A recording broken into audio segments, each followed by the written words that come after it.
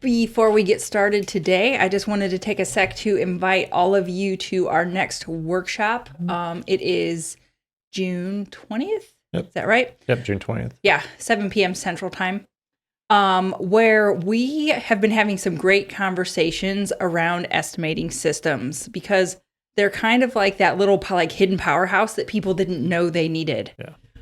Because a lot of the landscapers that we work with are they're busy, they're working, but they're not making enough money for the amount of work that they're putting out.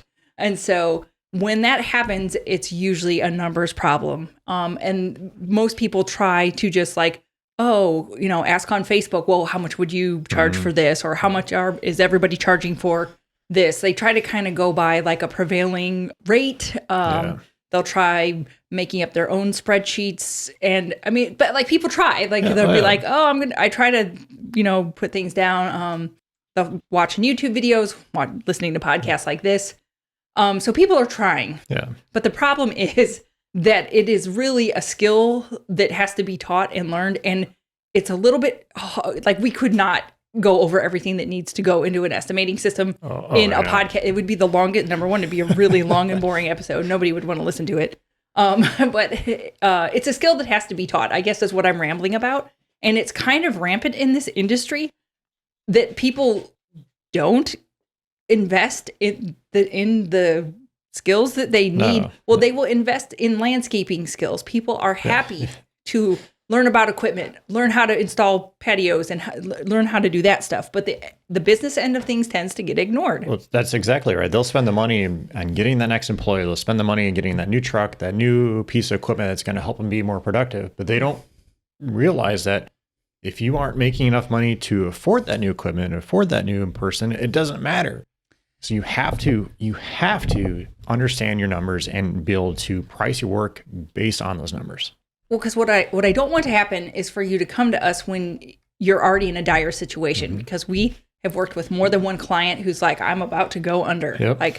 I'm in the red. I don't think I'm going to be able to keep my doors open.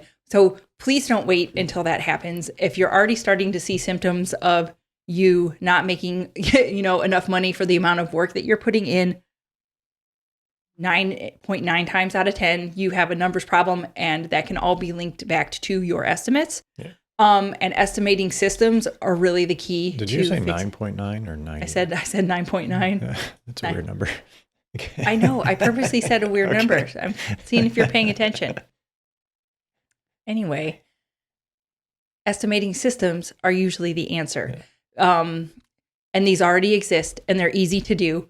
And we can very simply explain them to you. If you show up for one of these workshops, we can talk more in depth about them. Like I said, it gets a little lengthy to talk about on a podcast episode. And if you show up for the workshops, you can ask questions, and it's easier to just kind of keep the dialogue going in a workshop style. So if you, there's a link in the notes, or I don't remember what the link is off the top of my head. So the link is $milliondollarlandscaper.com/power hour, and you can get signed up for the. Yeah, get signed up, and we can talk more about that, because we would be happy to help you all get paid what you're worth and what you should be getting paid. Yeah, because this is one of the things that we teach. We have a program dedicated just to learning your numbers and. Well, we've decided it's the hill we're going to die on, because it is the most important. It is when you boil down business, it's about making money, and this is how you make your money. It is by learning how to estimate, and it's not your fault. Nobody's probably taught you, or if you did learn from somebody who didn't get properly trained, then you're probably just repeating their bad habits. We did that, so no judgment. So anyway, it's all possible. It's all figure outable. We've made it really pretty easy to use. Well, not pretty easy. It is very easy to do. And it's not as expensive as software and stuff like that can be confusing and hard. So anyway, join us on the workshop. We'll get you hooked up. Yep. And again, it's $milliondollarlandscaper.com/power hour, June 20th. So love to see you there. We want to take a quick second to tell you about our friends over at Cycle CPA. I can't even express to you how important it is to have a good accountant on your side. You want accurate bookkeeping and financial statements every month. Instead, you're often left with limited time to focus on the accounting side of your business and no reports to show for it. At Cycle CPA, the landscaping accountants, They not only handle the bookkeeping, but also provide landscape industry benchmarking, job costing, financials by service line, advisory meetings, and much more. Cycle CPA has a team of landscaping accountants available to provide anything from bookkeeping to CFO services. Visit cyclecpa.com, and for $100 off, mention the $1 Million Landscaper podcast. EasyBeasy's easy to use, easy to learn, affordable work order and time clock app with unlimited users included with every subscription. If you've ever struggled with the daily grind of keeping track of work orders, you have to check out EasyBeasy. Make and edit work orders anytime, anywhere you're working, at your desk, in your truck, on the job site, even on your couch. With EasyBeasy, you can easily copy work orders to use over and over, which is great for mowing and plowing. You can also keep track of employee timesheets, contact your customers, add notes, instructions, even pictures of your jobs. EasyBeasy works on Android and Apple devices or any tablet or computer. EasyBeasy also has a wide variety of reports so you can have all the info you need for billing right from your phone. Say goodbye to paying for extra users because everyone gets unlimited users on EasyBeasy. Try EasyBeasy for free for 30 days. Visit easybeasy.app/MDL to sign up. EasyBeasy is a simple work order and time clock app for mow crews, hardscape crews, and everything in between. Start saving time and money with EasyBeasy. Visit easybeasy.app/MDL to sign up today. Today, I want to talk about a problem that all of us as landscaping business owners will face. The problem is we're not like everybody else. We're not what I like to call normies, all the normies out there. We all have a disease. And this disease is called awesome. And other people won't understand it because they don't have it. I'm basing this all off a poster that I had when I was, I am, in case you are a new listener or I haven't talked about it in a while, I'm a forester by education, ecologist by occupation, worked as an ecologist for a number of years. And when we started really talking about getting $1 Million Landscaper going, like how can we help landscapers and do that stuff, I had a poster in my office. It was this little dog in goggles. It was really cute.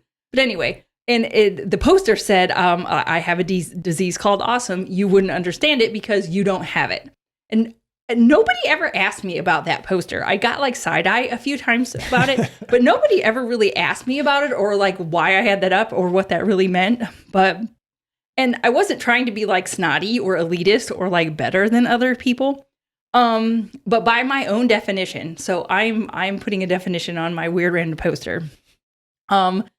This disease called awesome, it's all about having the courage to move forward. It's the courage to do things and to take action towards a goal, even when things aren't perfect and you don't know how it's going to turn out. It's that being brave enough to do things that other like non-awesome people, like all those normies, that they're not going to do. Mm-hmm. It's because, like I said, I was still an ecologist at the time, it was a really fun job. It wasn't a bad job, but the environment that I was in, there was a lot of people that were not happy with their jobs. They weren't happy with what they were doing, but they were taking no action to change any of it. And it would really just, we've all worked with people like that. It brings the environment down. It makes it heavy. And so it was, I don't know. It was just, to me, it was empowering when I knew that you and I were starting our own online coaching business. We're going to be mentors to landscapers. We're going to help all these people out. We were taking action towards that, even though we had no clue if it was going to work or not. No. Landscaping background. Like I said, my air quotes education is forestry. None of this has anything to do with like online business, but we believed in it so much. We believed that we had something that we can share with the landscaping community. We believe we can help, and we were willing to put our necks out there and do it. Yep. And so to me, I think anybody who is any kind of entrepreneur has to have a little bit of that awesome. We have to have that awesome in us, or we wouldn't take the steps that we need to take to make the businesses that we have. Because success in your future isn't guaranteed. So if you already own your own business, if you're listening right now and you've already taken steps to owning your own business, you have it. You've got a disease. This disease is called awesome.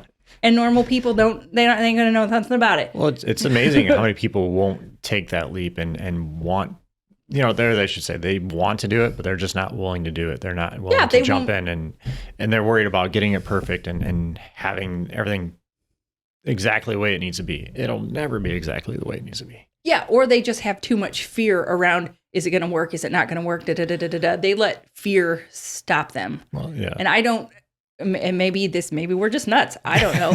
But I don't see that fear as a stop sign. It might be like a yield. Like, do I need to maybe stop and think about this for a minute? Yeah. And that's okay.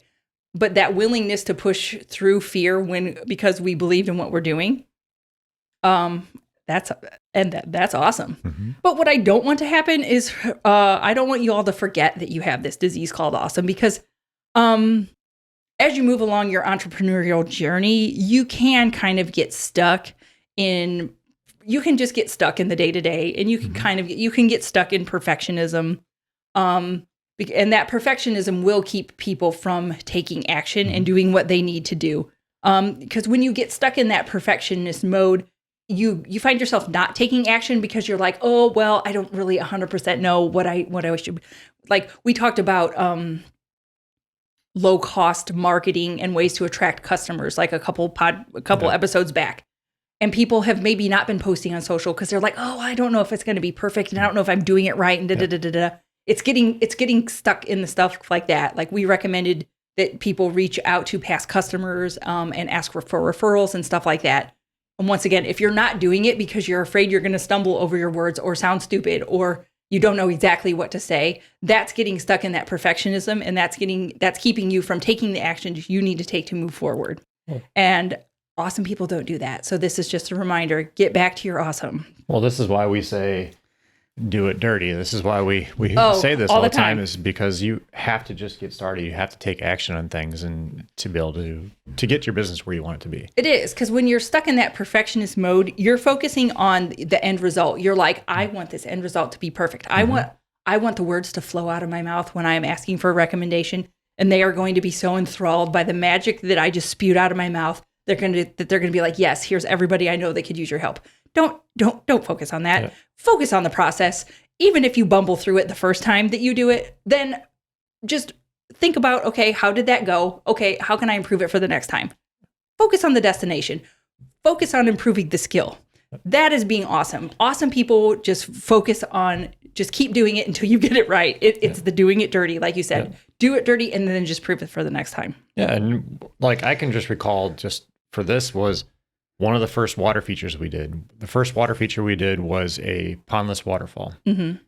Looking back at it now, it's like, that was terrible. Like we knew it took us a long time. It took us longer than what we anticipated just because it was our first time. Mm-hmm.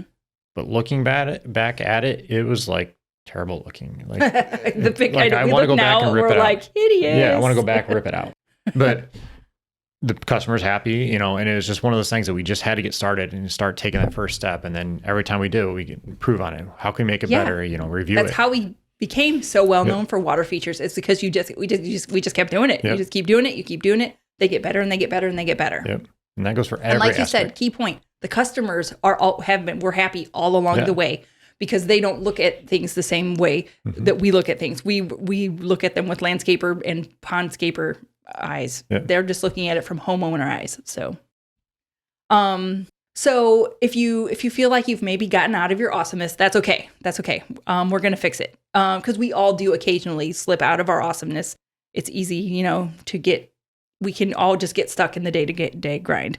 Because I have slipped out of it myself. Like if I don't pay attention, if I don't keep on myself, then I can go back to being a normie as well. And being a normie is dumb. So we're not going to do that. So here's what we're going to do to fix it. So I want you to think of somewhere or something that you are getting stuck a little bit in. What is somewhere where you're not taking the actions that you know you need to take? Okay. Are you thinking of something? Are you playing along? Are you doing it too? Okay.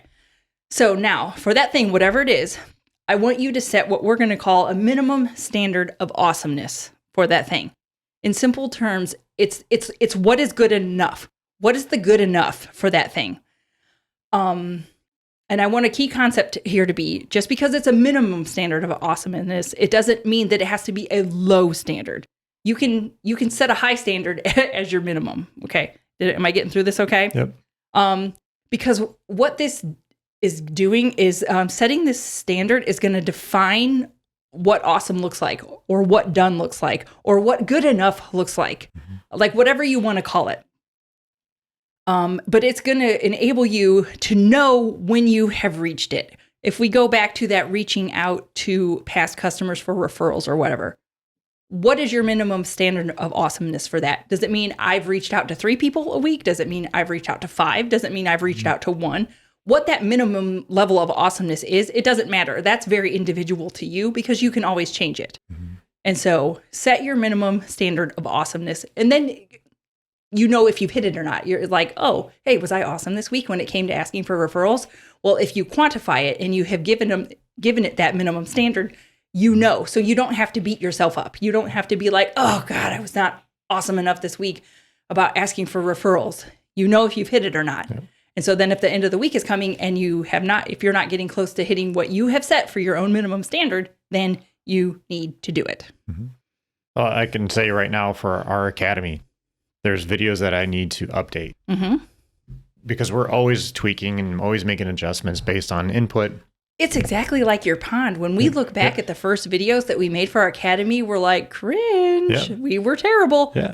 But we were brave enough to do it. We were brave enough to put ourselves out. We were brave enough to suck at it.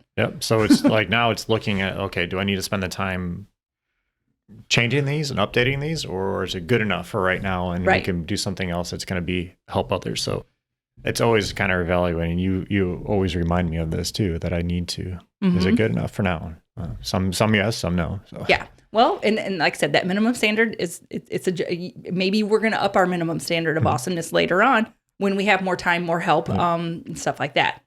Because one of the things that I've been struggling and working on is I get out of my awesomeness and I get into perfectionism when it comes to exercising and setting up my routines for that. Because I've gotten way out of the habit of doing it. I need to get it back into my habit. But I can quickly get into my own drama. Like, when's a good time? Like, when's the perfect time to do it? Should it be in the morning? Should it be at night? But what if it's cold out? And what if it's raining? And what if I want to work inside that day and I don't want to go outside, or work out inside? I don't want to go outside. You know, what if I don't want to get sweaty that day and I don't want to wash my hair later, or I have a Zoom meeting and so I can't look a mess? Like, I will get all up in my perfectionist, like, you know, well, it's not the perfect time. I will come up with a lot of excuses. So what I've been I'm working on it. This is work in progress. So to get back into my awesomeness, for my minimum standard, for my definition of what, you know, my minimum standard of awesomeness is, it's going to be the 30 minutes of walking dogs a day and then just 30 minutes of movement. That movement can be yoga. It could be weightlifting. It could be going on another dog walk. That's where I'm giving myself the flexibility to get around all of those other excuses. Well, what if it's cold out? What if I don't want to wash my hair? What if I don't want to be too sweaty? Then, okay, well, I can just pick something that's going to fit whatever drama that I have going on in my head that day. But it's quantifiable enough. I will know if I have walked the dog and if I have moved for 30 minutes. And so I've given myself a minimum standard of awesomeness. And once again, there's no judgment around this minimum standard that you set. Because for somebody who is like training for triathlons their whole life, they're going to look at my minimum standard and be like, "But you lazy bum, my 90-year-old grandma could do better than that," you know. But for somebody who hasn't exercised in years, they're like, "Oh, okay, that's pretty, you know, ambitious." Okay, so please don't put judgment around your minimum standards that you're currently setting for yourself. I guess that is my point there. Because you can set a pretty high standard for your minimum if you want to. What does done look like? Let's try to remember what we talked about yesterday when we talked a little bit about this, and you said, we did. Because I wanted some help with some other examples. We were talking about past due accounts. Yes, that's because you recently talked to one of our clients that uses Jobber, and they have a lot of overdue accounts. People are not paying. People aren't paying. And when you talk to them, they're like, "Oh, well, Jobber sends out email." Well, maybe your minimum standard of awesomeness for collecting on accounts needs to be raised. Because right now, their current minimum standard is, Jobber just sends out emails. But guess what? That's not working. So they need to raise their floor. They need to raise their minimum standard for that. And their minimum standard maybe needs to be Jobber sends out emails and I do phone calls. That was the biggest thing, because he's like, well, I send the emails get sent out. Well, is that working for you? No. Okay, then what can we do to get that money? You need the money coming in. You need that cash flow coming in. So, and once again, if you're just starting out with if you've not called people on overdue accounts before and it feels new, then maybe just start with 2. Maybe, maybe I'm just going to call 2. Well, and like you can create a script. Like we have a script inside the academy. It's called How to Get Paid. We have a script that walks you through. So there's things that you can do to make it easier so you don't forget. You can make it easier, but my point is you need to set a new minimum standard. Your previous minimum standard was just relying on jobbers' emails. That's no longer working. Set a new minimum standard. And then we can get into how to make it easier. It's like, yes, use provided scripts. You know, if you have somebody who, you know, like we all have that one friend who's just like really good at like getting on the phone and getting things done. Have them do it. I do. You know who I'm talking about. Yeah. So you can look for easier ways to get it done. But set a new minimum standard of awesomeness. Don't let yourself get stuck in perfectionism. Don't be scared about it. Like, don't worry that if your call isn't perfect and stuff like that. Don't let that prevent you from doing it. Because remember, you have a disease called awesome. You have this. You have it. You can do it. So the point is just create a minimum standard of awesomeness for yourself.